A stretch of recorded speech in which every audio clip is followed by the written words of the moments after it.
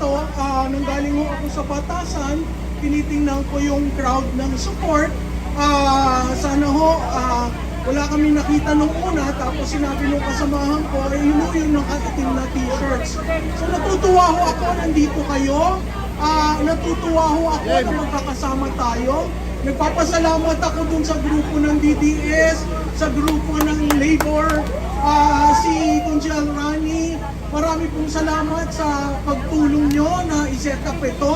Maraming salamat sa mga taong nandun sa kabilang side. Bakit po tayo naandito? Naandito tayo sa sobrang abuso. Sobra-sobra ng abuso, sobrang-sobra ng persecution, sobra-sobra na ho ang injustice. Hindi ho patas ang laban. Bakit ho? Hindi lang naman ho si Vice Presidente Sara Duterte ang may confidential and intelligence fund.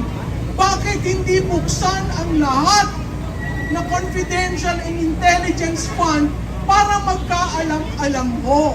Dahil pinipintura nila na si Vice Presidente ay nanungulimbat ng pera. Wala pa hong ebidensya dahil yan ay nasa COA pa lang. Yun hong sinasabi nilang si Mary Grace Piatos. Isinama ho yan sa mga dokumentong binigay ng COA sa House. Wala hong Mary Grace Piatos. Yun ho ay ginawa. 3 pangalan ang isinama doon sa mga dokumentong binigay sa House of Representatives at pinagdududahan. Bakit ho hindi kailangang ibukas ang Confidential and Intelligence Fund? Dahil hindi pa ho tapos ang pag-audit. In-audit sila, mayroong sinasabi na notice of disallowance. Pag notice of disallowance, so parang bumili kayo sa tindahan, walang resibo yung itlog, walang resibo yung mantika. So tatanungin kayo, saan mo ginamit ito? So hindi pa ho natatapos yung prosesong yon. Hanggang Pebrero ho, next year, yung prosesong yon. So, yung ginawa kay Attorney Lopez, kaibigan ko po si Laika, ay maling-mali. Dahil umuwi siya galing Los Angeles, humarap siya sa committee. Nagsalita siya. Sinabi niya yung alam. Bakit pipilitin kung wala siyang personal knowledge? Kung kayo ba tinanong, nakita mo ba kung sinong kumuha nito? Ang sasagot mo, hindi, dahil wala ka doon. Yun o ang personal knowledge. Pangalawa, sinagot doon niya. Magmula alas 10 hanggang 5 o'clock, isa-isa ang mga questions ng mga kongresista. Naging magalang siya, naging diretso siya sa pananalita, wala siyang binabastos. So ano ang nabastos daw ang Kongreso? Yun daw hong sulat na binasa niya, ang bawat ahensya ho ng gobyerno may karapatang sumulat sa another ahensya para sabihin ang kanilang posisyon. Hindi ho yun pine-question ang COA. Sinasabi lamang nila kung ano ang posisyon ng Office of the Vice President. Ano ho ang ginawa? Hindi ho ba nag-cite for contempt? Ano ho ang contemptuous sa sinabi niya? Hindi niya dinuro ang kongresista, hindi siya nagsinungaling dahil abogada siya at alam niya kung ano ang ibig sabihin ng personal knowledge. Ano ba ang personal knowledge? Na alam mo na nandun ka. Kung wala ka doon, hindi ka pwede magkomentaryo. Okay? So, sige. Ang sinabi, kung magque-question ka, sabi ni Paduano, pwede kang mag-file ng motion for reconsideration. Hindi pa ho natatapos ang hearing, nag-file siya ng motion of reconsideration. Inaksyonan ba? Hindi. Ano ang sumunod? Nagkaroon ng order. So, kung kayo, titingnan niyo yung proseso, ang dapat inaksyonan ng committee ay ang motion for reconsideration tungkol dun sa citing her for contempt. Okay?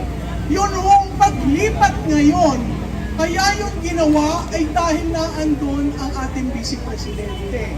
Ngayon, ang sabi ng mga hurado, no? Anong klaseng Vice Presidente yan? Nag-meltdown. Anong klaseng Vice Presidente yan? Nanigaw. Anong klaseng Vice Presidente yan? Nagsabi. Kayo ho, ilang taon na ho, pine-persecute ang ating Vice Presidente. Magmula pa ho kailan? November 2022.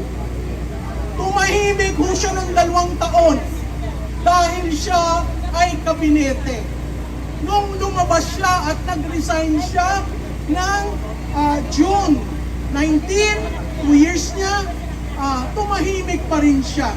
Pero patuloy ho ng patuloy ang paggiba sa kanya. Hindi naman ho siya kandidato. Hindi siya kandidato sa 2025 at definitely wala siyang sinasabi sa plano niya sa 2028. So bakit gigibain? Ha?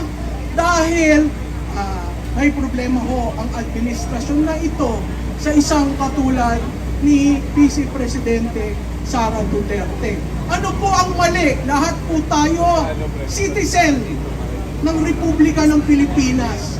Kung kayo ang nasa lagyan ni Attorney Lopez, madaling araw may kakatok, ang lock ho doon nasa labas. Kaya nga ang nakikiusap kami noon, pwede bang ilagay niyo yung lock sa loob? Kasi kung sa labas, kahit sino pwedeng pumasok. Tama? So, ang nangyari po doon, may biglang pumasok, may order daw to transfer. Bakit ito ililipat si Attorney Lopez sa Women's Correctional? Siya ho ba ay akusada? Akusada ng anong krimen? Wala po. Diba ho? Alam natin lahat ng Pilipino yan. Hindi siya akusada, hindi siya convicted. Ang conviction ho galing sa korte. May nag-file ba ho ng kaso sa kanya? Wala. So naandun siya out of her own volition dahil yon ang husga ng komitiya na siya ay cite in contempt. Okay? Sinundan niya ang procedure. Mag-file ka ng MR, nag-file ng MR, hindi tinugunan ni Chairman Chua at ng kanyang komitiya. Pero nakakuha ka agad ng desisyon para sa order. Nailipat siya ng hating gabi. Tama ho ba yun? Pag may kumatok sa ating mga bahay, bubuksan natin ng ganong oras? Hindi po. Oh, so ano ang pagkakaiba ni Attorney Lopez sa ating ordinaryong citizen? Tayo ho ordinaryo, hindi tayo abogado. Wala na ho bang paggalang ang House of Representatives sa isang abogada? Kung wala silang paggalang kay Attorney Lopez, ano ang paggalang na ating makakamit mula sa kanila?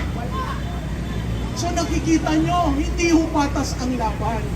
Kaya ang sinabi ni Vice Presidente Sara Duterte, pinabastos nyo kami, pinabalik lang namin sa inyo ang pambabastos nyo.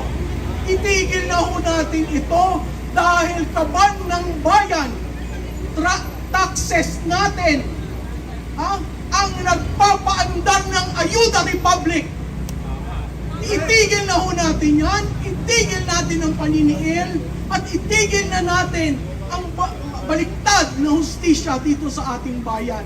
So nakikiusap po ako doon sa mga taong nagmamahal sa ating bayan, sumama po kayo dito sa grupong ito.